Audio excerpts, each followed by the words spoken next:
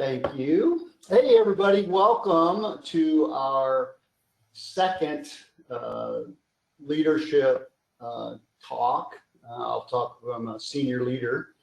We've got Tim DeBuyers on. I'll introduce Tim here in just a second. But hey, a couple things. One, after Tim's presentation, we are going to do some administrative work like we always do. This time we're going to focus in on UPICs, and I know many of you are interested in that. So we'll talk about UPICs and the process that we will go through to select your project. So please stay connected once Tim's presentation is done. So with that, let me introduce our speaker today, Tim Byers, good friend of mine. We served together in the Air Force. So Gerald Byers is a Senior Vice President and General Manager of the Federal Environmental Solutions Business Unit for Jacobs. Worldwide, this is why he's going to talk about global hybrid teams. He leads 3,500 plus employees across the globe in a unit that has 1.6 billion in revenue. And then as well, he led the Air Force Civil Engineers as the Air Force Civil Engineer, 60,000 engineers, again, globally at 166 installations with a $12 billion budget. He is a SAME fellow and past national president of SAME, and he currently serves on the SAME Foundation board. You can read, you have his bio, you can read the rest in there. It's all great stuff. Just so you know, he is well qualified to talk about this. He's presented this before to us, a great presentation. So with that, Tim, the floor is yours. Thank you for joining us today. All right. Well, thanks, Eric. And I hope you didn't build it up too much there, but it is great to be here. Great to see a lot of faces, some very similar faces as well. So Mike and Scott and Angie and others, good to see you're on board as well. But really for the whole leadership development program participants, what a great opportunity for you over the next year to really network and learn so much more and put all these little tools in your toolkit while you just become better leaders. With me today is Victoria Hernandez, so she'll help me with a few little things. And one of the things, we'll have a couple surveys and questions we'll ask you to go through. And so we'll have her show the logistics and talk through that logistics here in a minute. But if you go to the next slide, just, we always have to talk about objectives, but there's a few objectives here that we want to hopefully get through today and really hit upon some things pretty quick, right? Give you some opportunities to hopefully engage and talk about some of the things. But what are some of the strategies and attitudes, right, that are real important as we really work forward to how do you manage and lead, right, in a virtual hybrid environment. And COVID really opened eyes to many, and I think today when you think about where we are today, it's not just virtual. It's some people are in office, some are virtual, so it's really more of a hybrid thing. But like any business now, and most businesses, as you think of whether it's just within the United States, different time zones, or your global team, you have people, in Korea working on China Lake in California, or the ones in Germany working in St. Louis projects. How do you take and look at all those things that are real effective? So being smart about being aware of the surroundings and kind of talk about what some of those common reasons of why teams fail in that environment, and maybe some of those things that are successful. So hopefully we'll hit a couple of those things. You'll see an old survey there. And that number has really increased a lot since then, and we've got to get that one updated. But looking forward to the discussion, and hopefully you'll help me make this a great session. So the next slide, just we'll have Victoria kind of go through the logistics here for the next couple of events we're going to have. Victoria? Hi, everyone. So we're going to have a couple of surveys. You can scan that QR code now on your phone. I'm also going to share the link in the chat. It's fairly simple to navigate, and we'll get started here on the first survey. Let me see. I need to make sure I get this link out to everyone. Okay, there we go.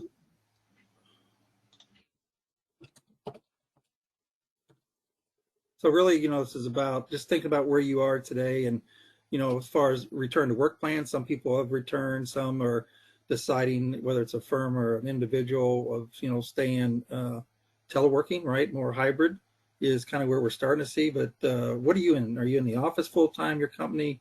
Are you personally, what about the working hybrid situation? Just kind of give us a feel for where you're sitting on that. We'll see some responses here in a few minutes as that poll's open.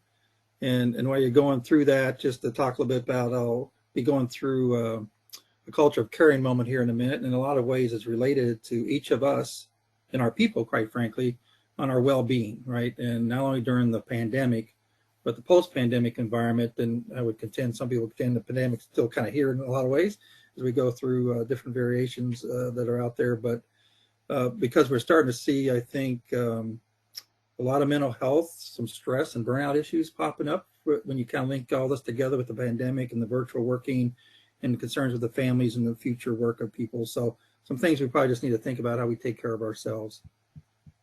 Let's see how we doing on the results there. Everybody had a chance? See what we have? Yep. So we started working this off, right? Really starting off a couple of years ago, really talking about virtual, right? Really working in a virtual world. And we kind of switched a little bit today, just thinking it's going to be more of a hybrid. And so you'll see most people are doing that. I think most companies, some have decided to go all office, some have done it other ways. I think what we like to really think about is what's best for our people, give them the flexibility.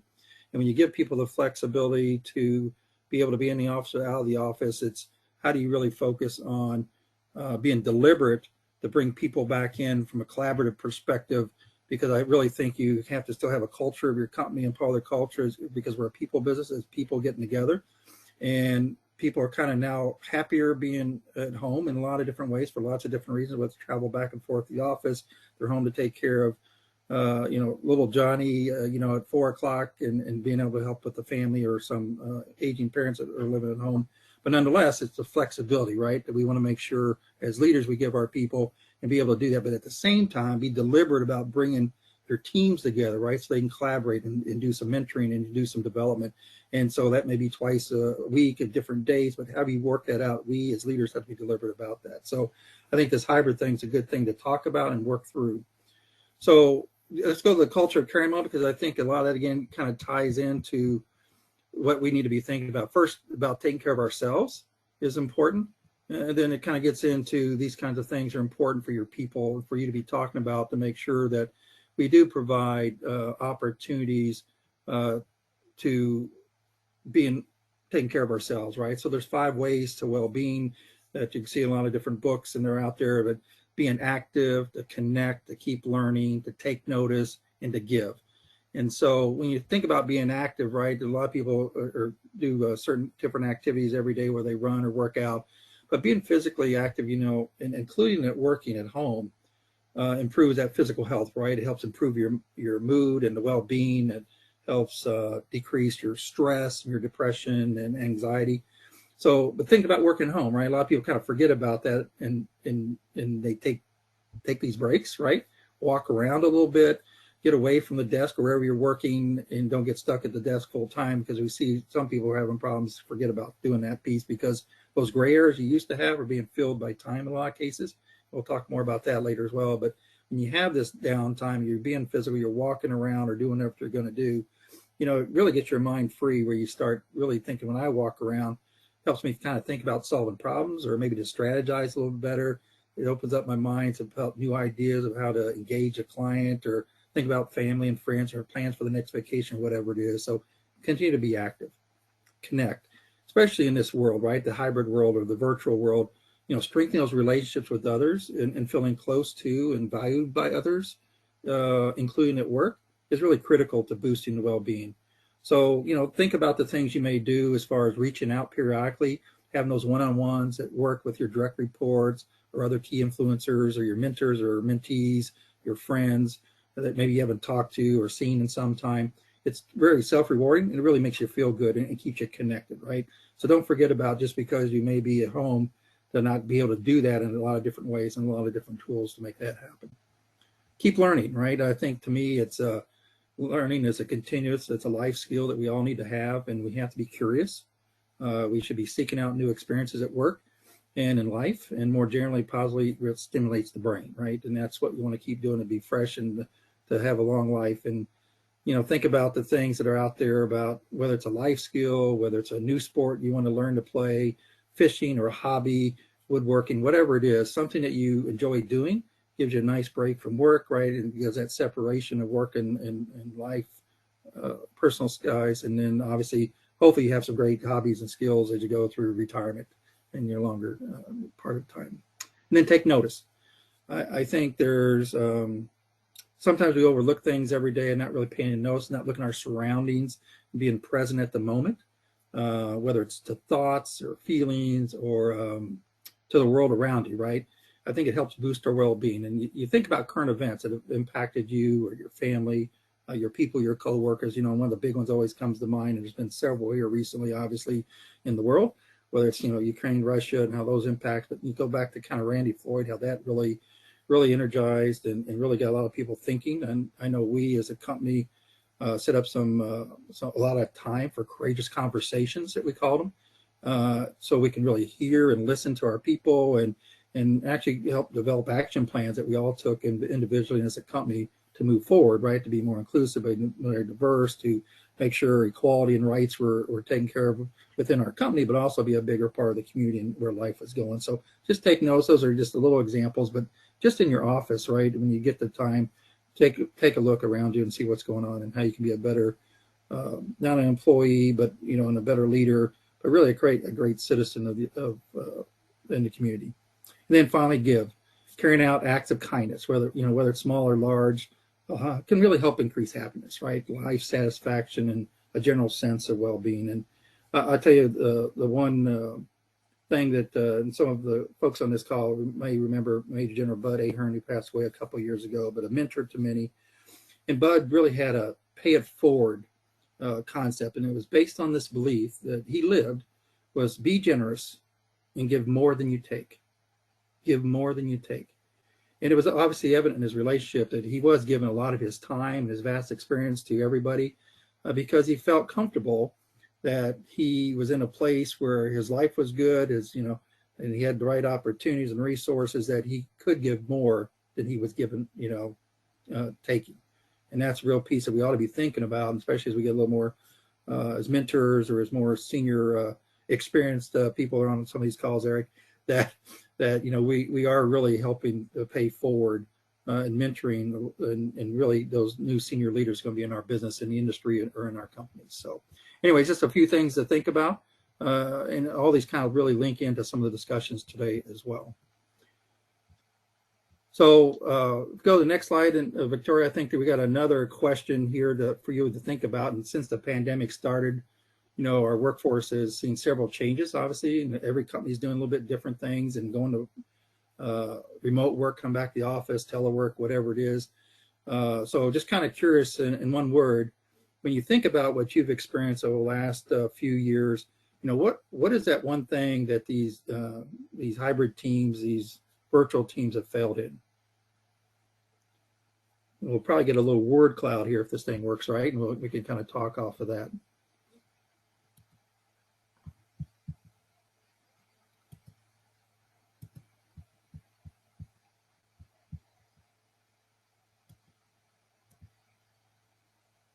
How are we doing, Victoria?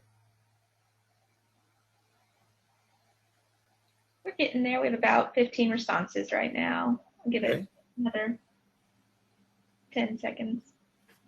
There's so many different things that we'll find that, it brings into an effective teams when you're not working in the same room, the same office, or around the world. There's all kinds of different pieces of parts that as leaders we need to be thinking about, that every little piece helps bring the team back together, whether it's a leadership style, whether it's the way you communicate, whether it's the way you use technology. And hopefully some of those things we'll be able to talk about and get some of your feedback as well.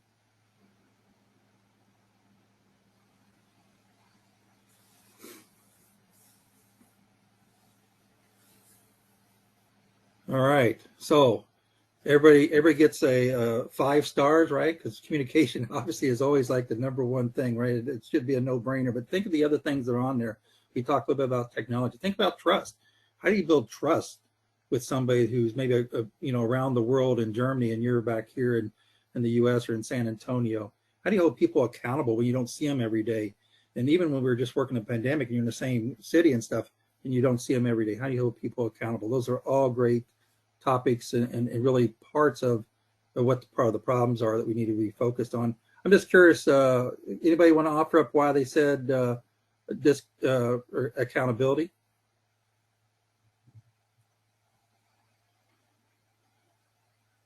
That was me, Tim. All right, why did you say accountability? Or I was one of them, I guess. I guess multiple because it's big, right? So yeah, there's more than one. Yeah, yes. And I feel like I won because it was right. So why'd you say accountability? What makes you think that, especially for your business, I guess? Yeah, for us specifically, I think it's just a little harder when people are not in the physical same space as you to keep track of accountability and without it becoming very structured, right? Like this is what when you're in the same room, it's a lot easier to hop in somebody's office and kind of remind them of something or chat about it casually. And I feel like when it's the remote thing, it becomes like structured. And so therefore what happens, at least on our company, is because we don't like to operate like that, we drop it. So we see like a lack of accountability because we're not used to being so structured. Yeah, perfect. So there's a lot of things here, and I think we're going to hit upon most of these. And the next slide will kind of get into kind of the big things that we see out there, right, that drive exactly to what you all just responded to on all the typical things that we see, not only just during the pandemic, even before the pandemic, right, when we're operating globally as an Air Force team or any other global private industry team. You can kind of see the things there we'll talk about and think about ineffective leadership, right? To be effective, team leaders in this hybrid world, this hybrid environment must be especially sensitive to the kind of interpersonal communications, the cultural factors, the time zones, to overcome the limitations of that distance and the lack of the face-to-face interactions. How do you do professional development and mentoring, in that environment? Because you still got to do it. And then hopefully occasionally you get together physically, right, in a one location. But those are all things that we really need to be sensitive to, because these issues really, just setting up a meeting, right? In today's world, in my global business, just like I did when I was in the Air Force, you had to think about where were people sitting and when did you have meetings. So, I know typically in the mornings, I got to have meetings, with my Middle East teams. That's the best time for them and me, and it's during their work schedule, right? I don't want to go outside their normal work schedule unless it's a real emergency. In the evenings, for me, it's evenings. It's always, the Korea teams and some of the Pacific stuff at Guam and things that we're doing because of, the different time zones. And so you're living on the edge, if you will, of your normal work days, but you're thinking about that. You're not setting stuff up in the middle of noon when it's going to be midnight or 1 o'clock in the morning somewhere else. And so town halls, right? Think about the things you have when you do a typical town hall or get together, and, we're doing kind of hybrids of those in some cases. But, think you have separate ones, right? So I have one in general, right, that takes care of anybody who wants to join, but I also set up ones for Korea and Germany and Hawaii. And I try to grab it Hawaii, by the way, or Germany, because that's a great place to do it in person. But we do them virtually for a lot of different reasons. But make sure you get on their time zone so you're there and you're giving right back. So it's really consider their time. And then think of when you send out comms. I don't know if you send out different communications like we do, but, it may be, getting ready for the holidays and you're getting ready to talk about either the 4th of July or the Christmas holidays, and it's a safety message kind of tied in there too. But think about if your company and the people that work for you are all over the place, not everybody has Independence Day on the same day that we do on the 4th of July. And people in Canada are similar, but there's other ones in Europe that are different days. Same thing with the holidays. So really be conscious to how you really look at that and be inclusive in those messages that you have. And be careful, right? Because you can. We made a couple mistakes early on too about thought we had everything covered and missed one, and somebody will surely let you know that, hey, you missed Hanukkah or something in those kind of messages. But just think about that as a leader, so you don't forget to not be inclusive in everything that you do, and be considered around the world. And then when you think about, whether it's you or others who are getting ready to select leaders, team leaders, people, think about ones who are comfortable with technology, because I don't care how you operate today, you got to be comfortable with technology. People are getting better at it. There's still some people not as comfortable as they need to be, but those interpersonal skills, are really required to be effective in leading this environment. some warning signs to think about in an effective team leader. When you're not meeting performance objectives and deliverables, right? They're delayed or they're poor quality. You need to be starting to look around those things and start asking about what's causing it. We just had something pop up. We know some quality issues recently in a small part of our business in the team area. And someone brought up, noticing that the trend that seemed to be happening. And sure enough, stop, try to bring people together and realize that some of the stress and some of the burnout was really hitting this team but they were afraid to tell people that, hey, I can't do the job or whatever it is. But taking the time, stopping, the leader did a great job, brought in, a couple of professionals to help walk through and just having the conversations, right, to really undiscover what those things are and getting that team turned around again. And then us, looking at, hey, we got other pockets. Maybe that's some of the other issues that are out there. So as leaders, be looking for those things, because you're going to see a lot of issues with stress or with burnout with the things that have been going on recently. And how do you identify those? How do you get the teams together to start opening those up? Because it's okay not to be okay, right? It's okay not to be okay. It's us as leaders got to help identify those things so they can be high performance teams. So watch out for that. Relationships with the team members and leaders, are they damaged or not as close as they need to be? How do you discuss those ideas and address those kind of questions? If the team is unclear about the team's direction or the purpose, that you're going to with a new strategy in your company, because of a lack of interaction and attention, how do you deliberately start thinking about how you roll that out? I just had a meeting today. We wrote out a new strategy in Jacobs, and we got an execution plan, but now we just developed a roadmap, and this roadmap really gets into some more levels of details, right, where we see our growth. And so we just brought our people leaders together to really start talking through that, get them up to speed so they can now talk to their people and how they get their people directly talking and where they fit in, right, to the roadmap and to the overall strategy of the company. So if you don't see the connection, people don't know how they're contributing and what the purpose is, it's kind of hard to get them really enthused to do the job. And so think about those things and how you connect that when you're doing it in a hybrid world. And so a little tougher at times.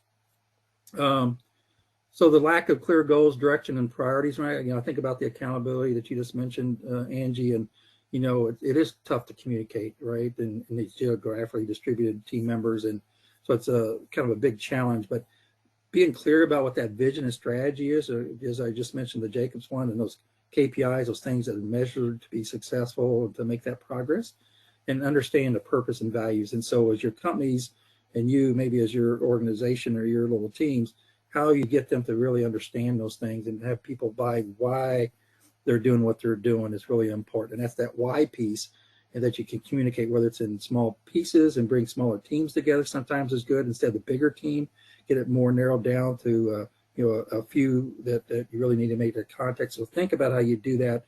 Just the written comms is not always there. How you get people engaged in some kind of activity to get them thinking about how they can contribute to that. And we do that with some strategy boards, and it's an interactive thing. You're using Mural. Those kind of things get people flowing, and ideas really start coming out, right? And how we can do things differently and be more efficient to solve the client's toughest problems. And so using some of the technology tools that are out there help us bring those great ideas out and get them connected to do that. So that helps in effectiveness there as well. And then probably one of the things I would talk about is collaboration, right? The lack of collaboration is a tough one. To me, you got to be collaborative. You got to be collaborative. You got to be inclusive, and making sure you're getting everybody's ideas out there. And you got to make sure you continue to work that really hard, because, the shadow you cast, people will see that, right? Are you walking the talk? So, one example I'd use is, if you're saying this is where we're trying to go, and it's and they don't see you doing the same thing that you're trying to ask them to do. Something as simple as when I was in Korea as a mission support group commander, and there's only a few of us had cars there, and it's a lot of a walking environment or bikes, but it was also a lot of trash blown around on the base. And you start thinking about, wow, this place, we want to look like a nice base, and it's a fighting base in case something happened with North Korea. But it was as simple as, I'd get out of the car, pick up the trash, throw in the trash can. After a few of those times, some people come up and say, hey, sir, I got that. No, I've got it. And you still do it, right?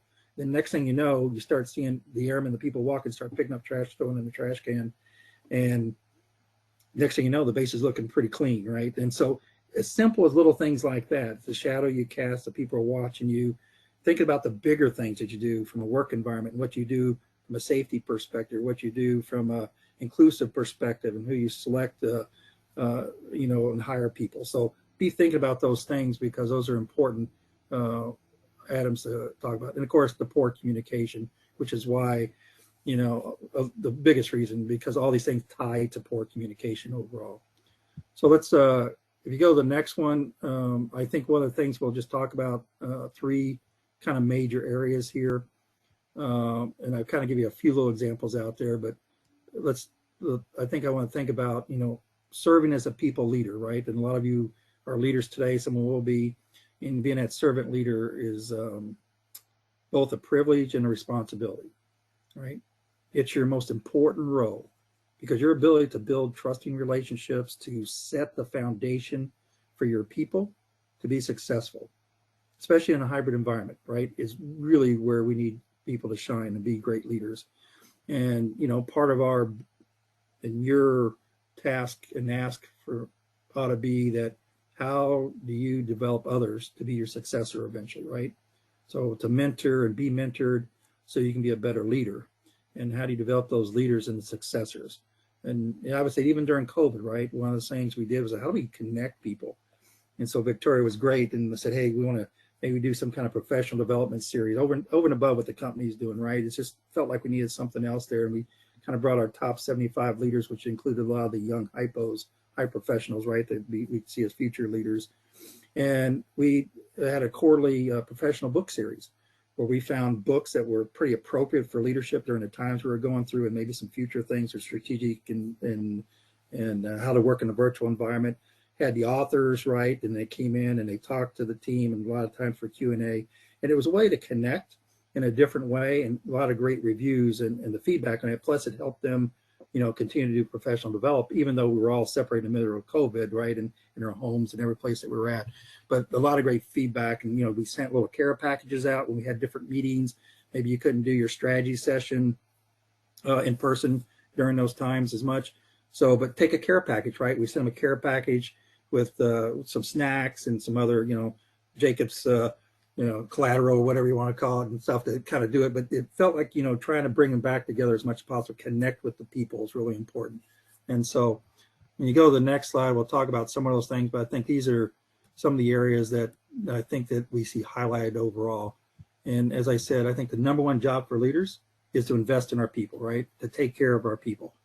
And, I use a common term, a bloom where you're planted, right? So no matter whether you're a young engineer or you're a leader, but think about being a young engineer.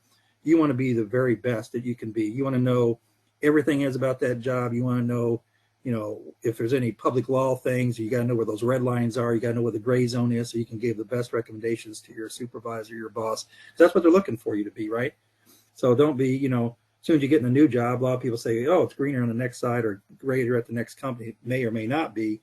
But no matter what you're doing, bloom where you're planted. Be the very best you can be in any job you're at. I think that's real important, that we got to make sure people stay focused on thinking about those things. And when you think about those 2 statistics on top there, think about that. 75%, 3/4 of the people think their boss is the worst part of the job. Yeah, so you got to be thinking about what can you do to close that gap, that you're not part of that, of your employees are that higher number.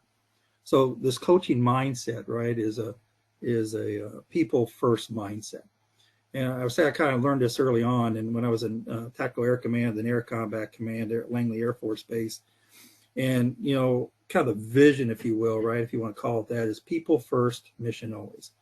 And the thought about that, right, is, well, why isn't it mission first and people always? And you can go either way, but I think saying people first and making sure we take care of our people, because they're so critical to have that high performance team, to learning what really drives the people, what they're really good at, what they really love to do, and when they feel they make the most impact, right? And what tools can you give them and provide them the right things to do their job in a successful way, and really take care of the people, recognize them. We'll talk about some of the other things.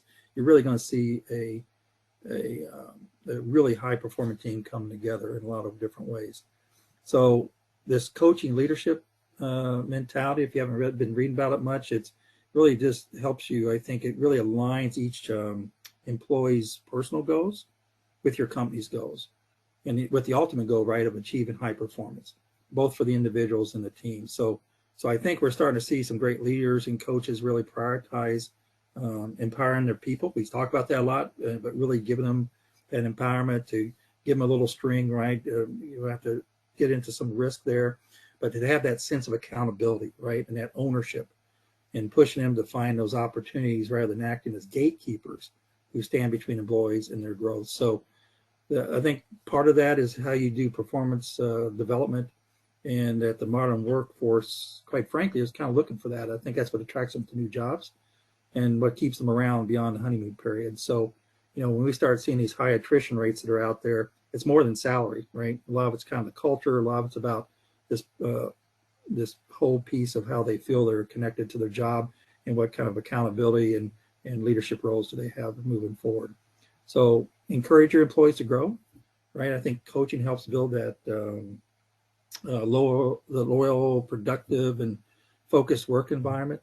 And they have to really work together, I think, and embrace collaboration, and that you're going to see some really good success there. Collaboration and being inclusive, as I mentioned earlier, I think is really critical. And when you think about the work that we do in a global environment, and you can work on a regional perspective or you can work on a global perspective. And what I mean by that is, if you really take kind of a one pick a company's approach, you don't care where people sit, right? You ought to be thinking about, not where people are sitting in my particular office, I got to take care of everybody. What you want to do is, how do you satisfy and resolve and solve the client's toughest problems, right? And providing the best quality results. So it's really about considering the whole company you have and where's that best athlete. And if you're being inclusive and collaborative, you want to get all the perspectives, you're going to see that bringing the best athlete is out there is really going to help solve and deliver your client's toughest problems. And so kind of getting out of that mindset that you're in a stovepipe is real important. And I think as great leaders in a hybrid global world, you got to do that. And I mentioned earlier, we got people working all over the place in different places, and you can do that in today's technology. So I think you really got to think about that. And you want to foster, the motivation of the people that already exist in the people and get them to another level. And that's what coaches do. It's just like Coach Cal at University of Kentucky Malamata. He does that a lot in his high performance players that he brings in. But to empower you to think differently and find those solutions and take on new challenges, that's a big piece I think everybody needs to focus on.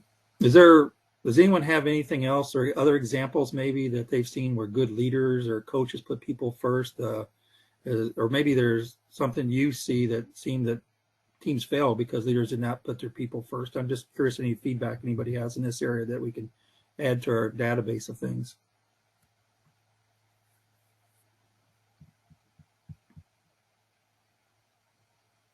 General, I was misspelled the word reliability on that word chart over there. And one of the first things I started thinking about was how Ms. M would rake me over the coals for that type of thing. Yeah. So what do you think? I hate to have any misspelled words in any document, but it happens a lot. Learn to basically, some things are forgivable. And so, making things letter perfect as I'm getting them from my team and what we pass them up, it's an important thing, a skill, but it's still taking care of the people and being gentle with people. Yeah. Breck, you raise attention to detail, right, is so critically important in our business, and trying to get people to think attention to detail, no matter, don't use distance or other things as excuses, and making sure that the basic blocking and tackling of our business, right, is important to understand what those standards are and those performance measures, to understand that these quality is an issue, right? I mean, you can quickly go wrong on a design, right, with a very small thing of inattention, right? And like you said, it's misspelling a word. Well, what if it's a decimal point different in a number, right, of some quantity or some distance, and you're in a design project? And that could be catastrophic in a lot of ways for a lot of different reasons. So how do you instill those kind of basics, values, and skill sets in your employees early on? And I think it's important in how you set out your expectations of those kinds of things. So spot on. All right. Anybody else?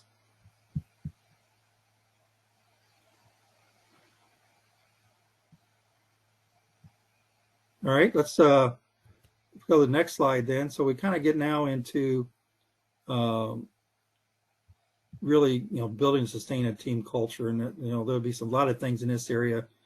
And when you kind of look at some of the surveys that are out there, the top two are pretty important to think about. I mean, you think about culture is more important than strategy or operations, and the culture is successful, right, in making initiatives happen. And my concern is, as more organizations and industry markets and things go into this different working approach that we're going down, that companies and firms are going to lose the culture that they've had that's been there for so long. And sometimes that culture is because people were in offices, right? And you had people you relied on, people you saw every day. You did water cooler talk. So how do you replicate that when you're not doing that every day? So, because all that really does bring building and sustaining team culture together, right? And how do you get it right? And how do good leaders focus on that to keep the team connected and thriving? And so there's a couple of things to think about.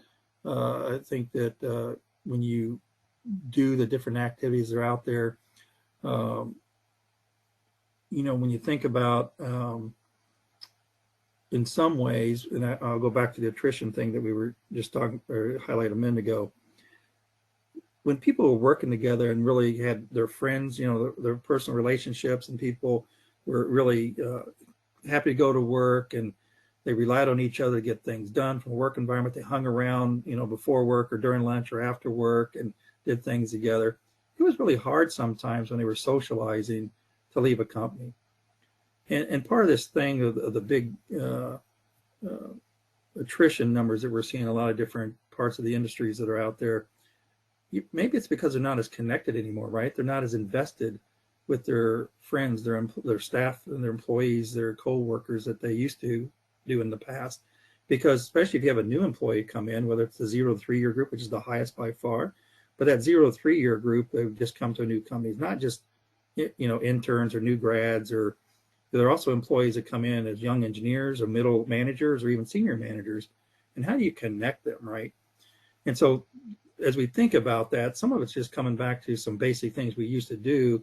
But now you got to think a little harder how you do it. How do you celebrate your team? And I think you got to celebrate often and in person, and in public, right? It can be in person, right? But it can be emails. It can be, during those all hands meetings or town halls. It could be, when you have a big win, right? And the team that was part of to make that happen. How do you recognize them in that way? What kind of awards do you have? There's a lot of different awards are out there. Big birthdays and work anniversaries are always important.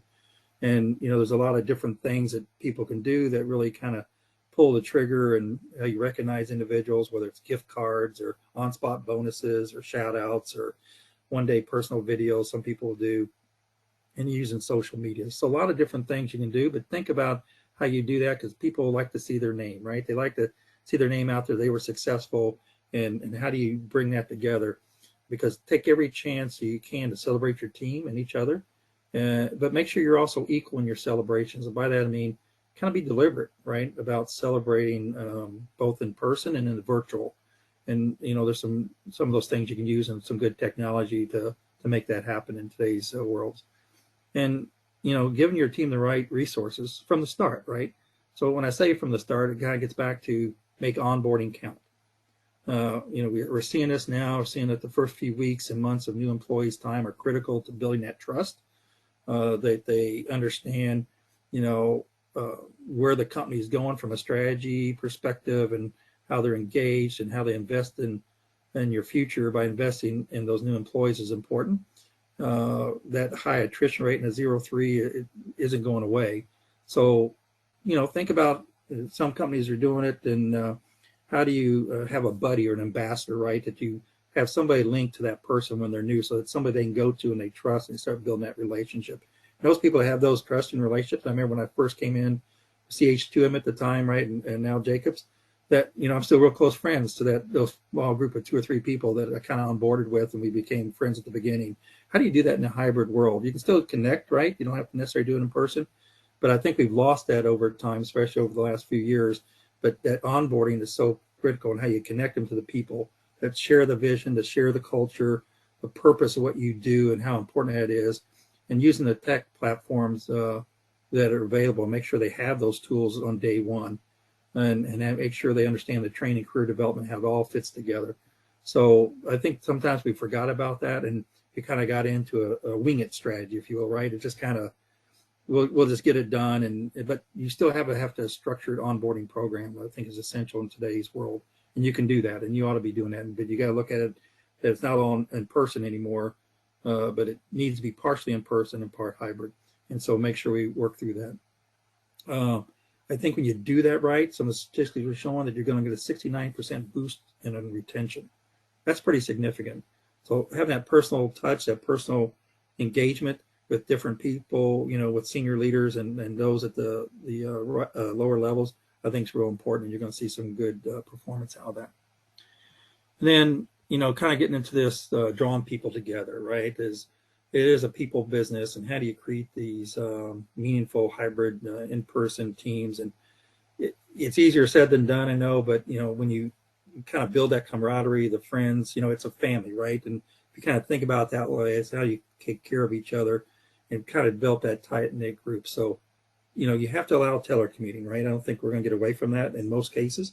Some things, you got to be on site, you got to do the on-site jobs, but a lot of cases where you can.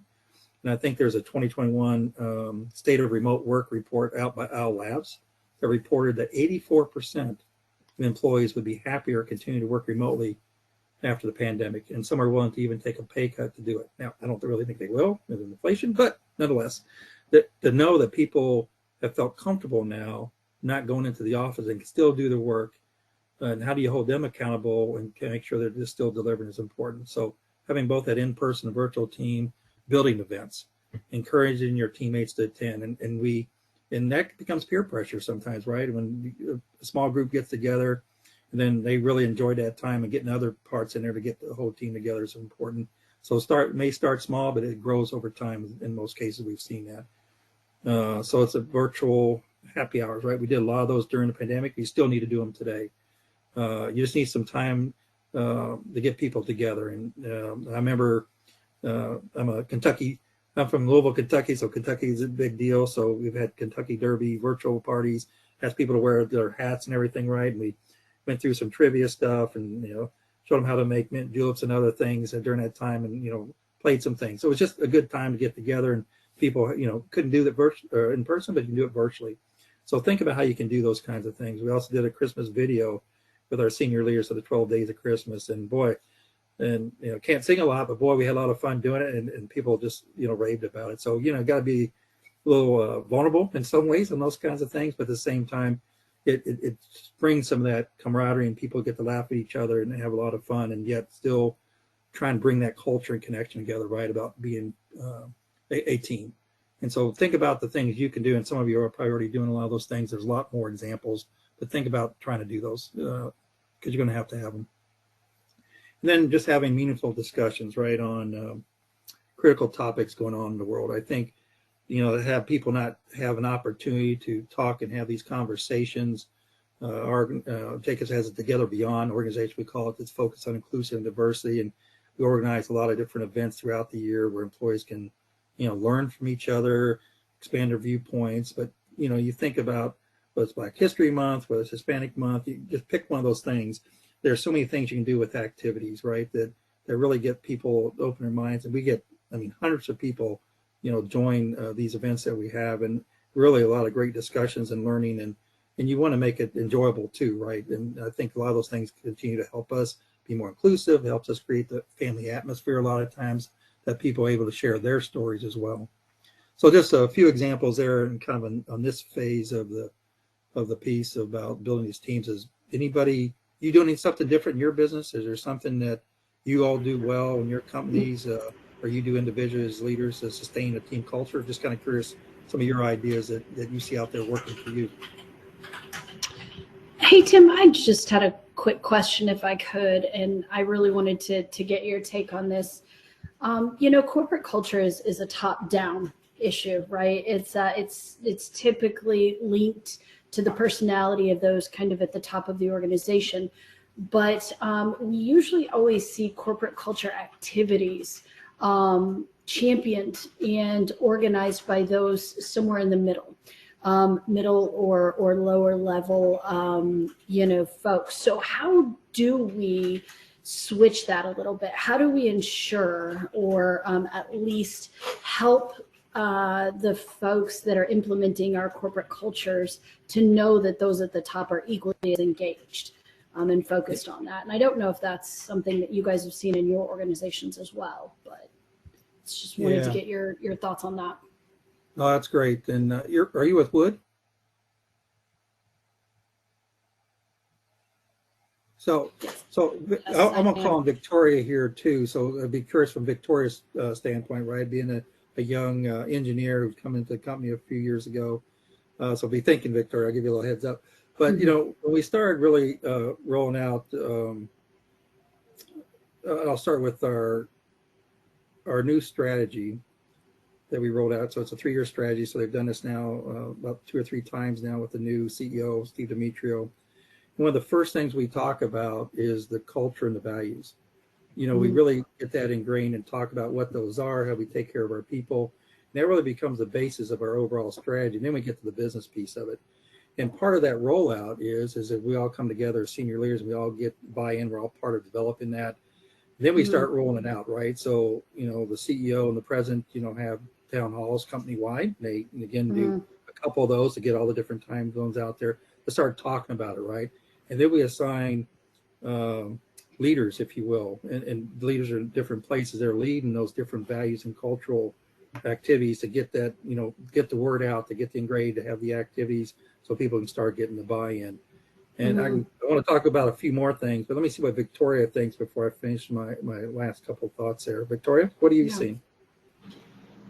I think really, especially when we rolled out the strategy and the piece around culture, it was ensuring that you had champions throughout the business who had that direct line to our senior leaders to share that message of, they really do care. And it's hard to get down into the lowest levels of the business and have people understand that, this is something that's at the top of your leaders' minds. It's something that they want to be engaged in. And so it's also a piece of making sure that leaders are in the rooms and having these conversations as well. And to Tim's point earlier of leading by example, having them be in these smaller meetings. One thing we did during the year last year was small, they're not even town halls, but they were kind of like ask me anything sessions with our leaders. And it was really just, first come, first serve, 30 people, get on a Teams call, no script, just ask the vice president of this business questions you want to know about the business. And a lot of the questions were about, personal, like why do you care about this? What do you see this part of the business doing? Do you see, this is important to my work and keeping me happy at this company. Can you tell me, is Jacobs going to focus on this issue? And so just being deliberate in the actions you take to engage at all levels of the business, I think is going to help the culture sustain itself and get into, get past the clay layers and through to the business. Yeah. Well, thanks, Victoria. And, I asked her to do that because I want to see if it's working, right? But second is, I think there is some pieces that are really critically important. It is the deliberate pieces of that. We all have to be vulnerable as leaders, right? And open up so people see us as people.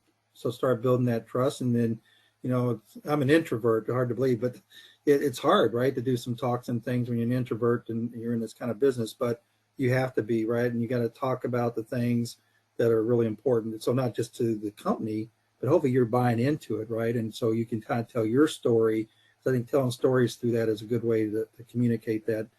But I think the piece about the buy-in of the people has been really good as we've adopted these leaders to lead a large part of the culture. So, I started off with the culture of caring. Right? Safety has been a big deal, and it is for a lot of companies, but we really transformed that into culture of caring.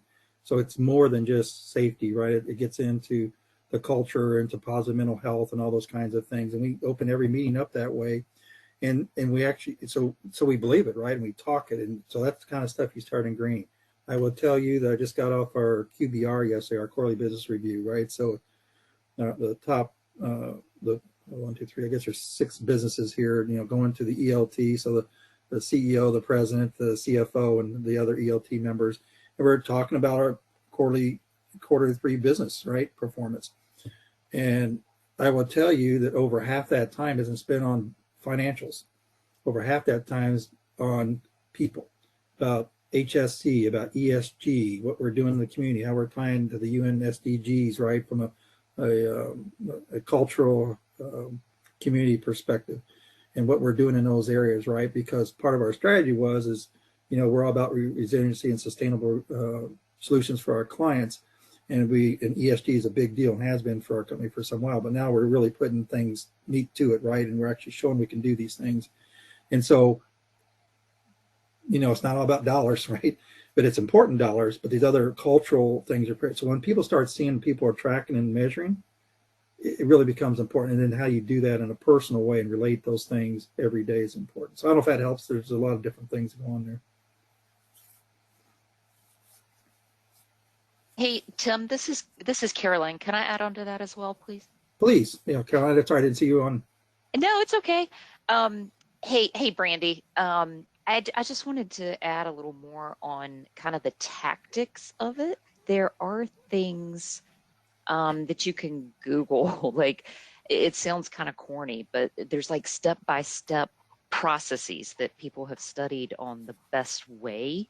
Like, I'm thinking more organizational change, but it goes back to culture too, right? And how to, what the steps are that you need to focus on to get people to buy in and to gel and to adhere. And I was thinking about you just with Wood and the whole WSP thing and all that, and the same thing that CH and Jacobs went through.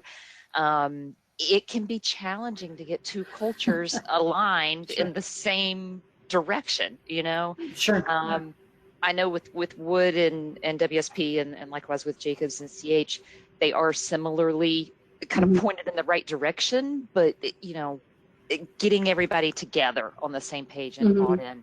And so I would recommend Harvard Business School has a professor. His name is Dr. John Kotter, Kotter, but he has developed 8 steps for like organizational change and culture. And I'll pop this in the chat, but you might want to take a look at it. Yeah, just real quick. The first one's creating a sense of urgency, then it's guiding the team, and then it's develop your vision and your strategy, communicate it, empower others, focus on the short-term wins, like the low-hanging fruit, get people excited, and then don't let up, and then create a new culture. So that's it in a nutshell, but I'll pop it in the chat. I just wanted to pass that on. I appreciate that. Yeah. And I think just kind of to clarify my question maybe a little bit is I was in a small business for 7-8 years prior to coming to Wood, and I felt like we had a bit of culture fatigue.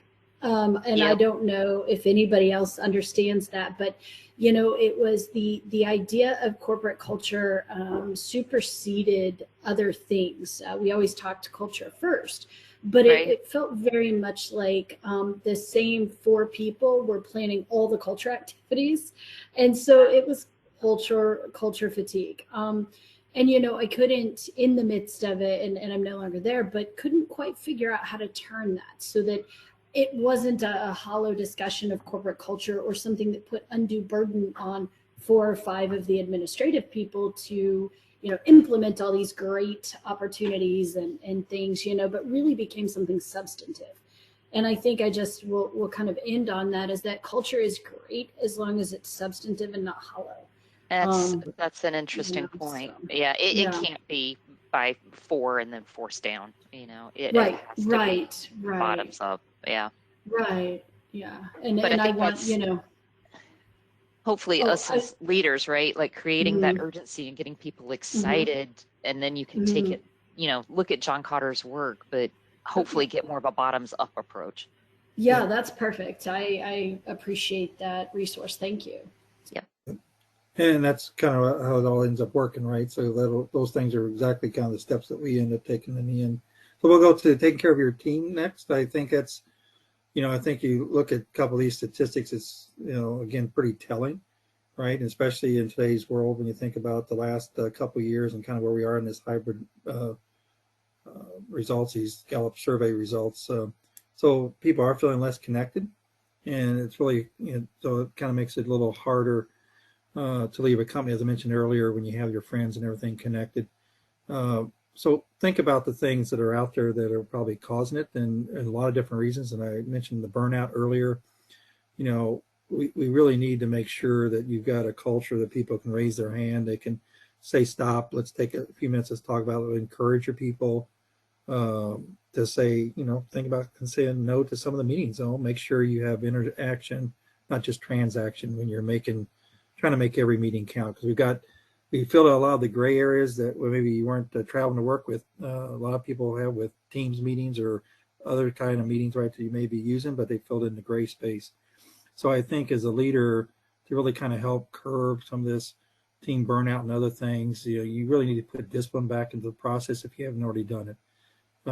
Really look, instead of inviting everybody because it's easier because you're on Teams or Skype or whatever, really invite the people who need to be invited to the meetings. Have an agenda and objectives, right, for those meetings, and block out the time for yourself and encourage other people to do so as well. So what I mean by that is, make sure that you have at least till 8 or 8:30, pick a time, right, that's good for you, that there's no meetings before that. And what time, take your lunch period, block it out so there's no meetings in there. What time of day are you going to end, and block that out, and really try to never put anything there unless it's a hot emergency like thing, and get people adjusted back to fitting things back into the normal workday, if you want to call it that, and really take that on. Think about, instead of an hour meeting, make it a 15-minute meeting. Instead of 30-minute, make it 20. Give people time back, give people time to really do the other things they need to do, and force people to get things done in a shorter period of time, because it can be done. I think we've just kind of let things go the wrong way sometimes. Some people are considering no meeting Fridays, right? They may have to have client meetings because they can't drive out, but internal meetings, don't do anything on Friday. Give people time to take care of the things they need to do that didn't get done the rest of the week, for they were traveling, doing whatever. But it's really kind of being more deliberate as leaders to start that, and then make sure you follow it, right? So then your leaders, direct reports, will do the same thing, and it just trickles on down. You did just have a safety stand down here this last week, and it's important for them to step back and take care of that team when you notice the signs. And so as leaders, be watching out for that and be listening for that, seeing if that is bigger than you think, and it magnifies because other parts of your company or other parts of your team may be feeling the same stress or burnout for the same reasons, or maybe different reasons. But figure out what you can do to help bring that back and take care of those situations. I think one of the big things as you move forward on employees, and whether they work remotely or not, right, is how do you solicit the feedback, which is really important, whether it's new things you're going to do, whether it's experiencing any business disruptions, any recruiting challenges are out there.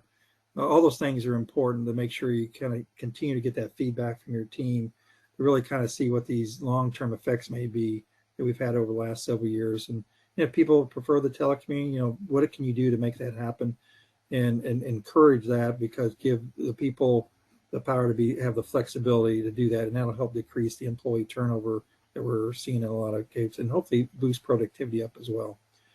I think recently a study found that a link of decreased performance with loneliness.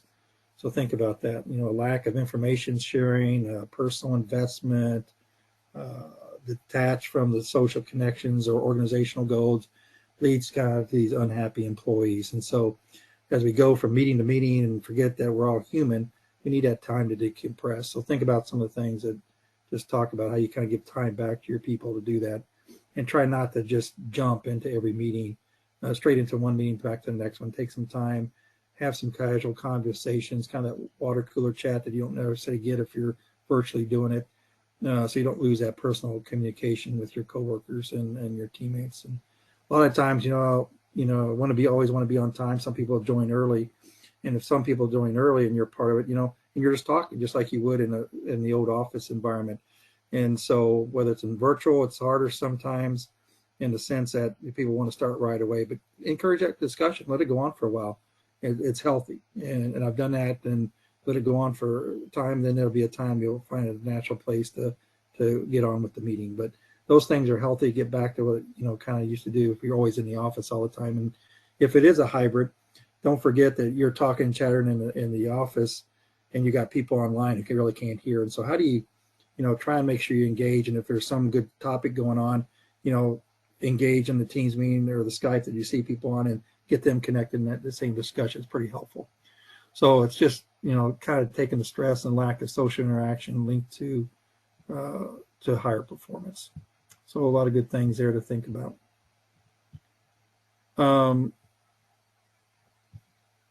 Most of the companies now are doing a lot of positive mental health. I think that's something we need to continue to watch for.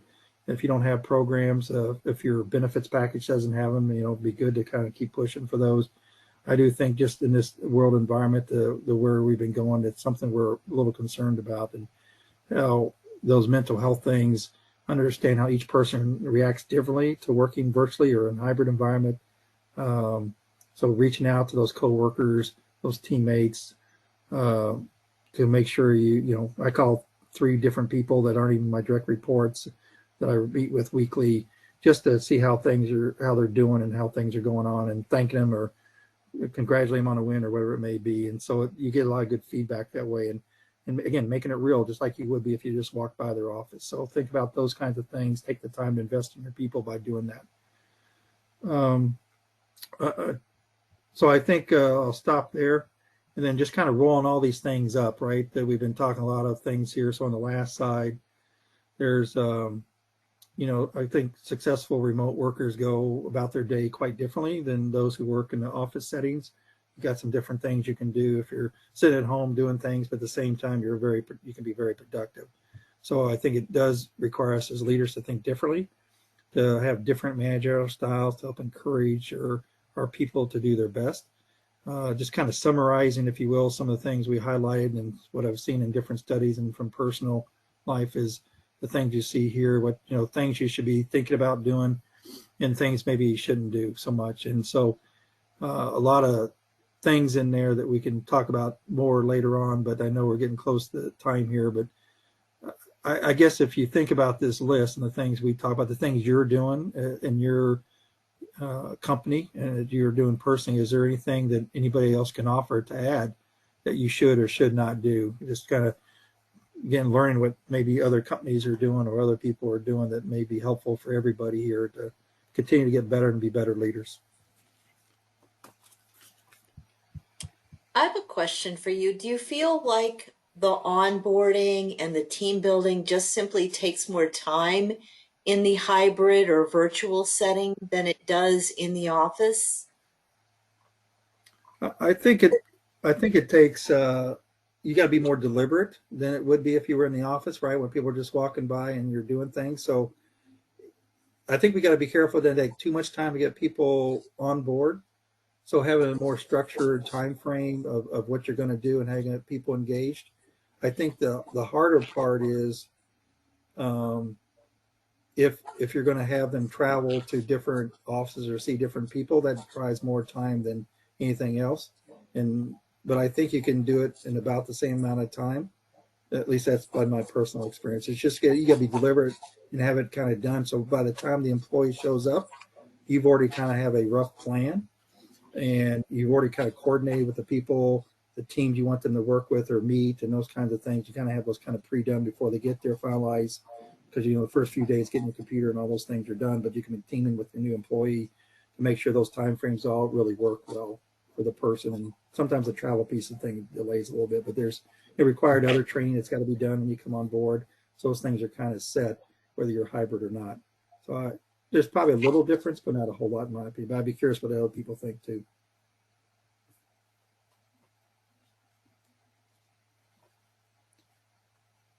Victoria, what are you seeing as with our new onboarding thing with the team that the small team's been working on? Anything else to add there? I'll just add that a lot of our focus has really been on onboarding new grads. So anyone who's just graduated from college, fresh into the business, doesn't really has never worked in a business before.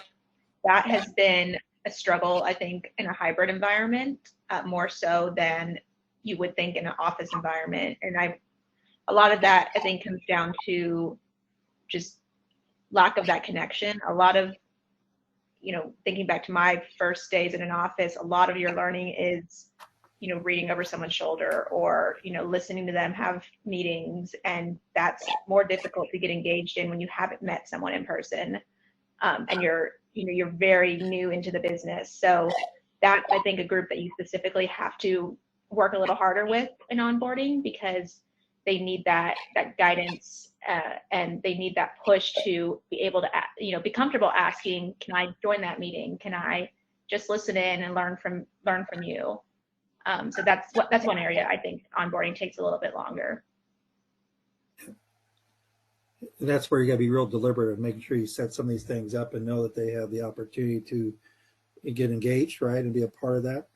And then I think some of the other things is we have developed some virtual tools, whereas working with the corporate where a lot of the information sits, right, and so people can get to things pretty quickly, but also have a point of contact for them on certain major issues that always pop up as new employees, that they know who they can reach out to, let alone their buddy or their ambassador you may assign to them. So all those things kind of link in together to try and close that gap. I would tell you we're in single digits in attrition, and I'm very happy about that, and trying to make sure that we make that personal connection, making them feel like they're part of the team is probably the most important thing. And then once you get people in, after the, if they stay for the first couple of years, you've got them for a very long time typically, and that's what all the numbers show. But I think a lot of people are seeing a lot of higher numbers in the 0 to 3 for lots of different reasons, and that's something that I think as leaders we all need to focus on. If they're great people with great skill sets, which is why you hired them, then you need to invest and keep them. And that's not just the first week or 30 days. It takes longer, and so you got to be thinking about that and make sure your supervisors are engaged along with the rest of the team members, how those people can get engaged. And as Victoria said, over the shoulder is hard when you're doing it in a hybrid environment, and so you're going to have to be a little more intentional and deliberate in making that happen in a collaborative way. Hey, All right. Tim. Yep. Really I know I ran on appreciate your time, so. Yeah, a little bit. That's okay. This was a great conversation. Great It's topic. great stuff. Yeah. Yeah, I want to thank you for presenting, and as well as we need to thank Victoria, who does a lot of behind the scenes stuff. Thanks, Victoria, as well. I appreciate you being involved and using the technology for the polling and so forth. But Tim, thank you so much. Again, please thank the foundation. I know all the members of the class thank the foundation for supporting this, funding this program. And so please pass that on to the foundation, and appreciate your engagement in the program again this year.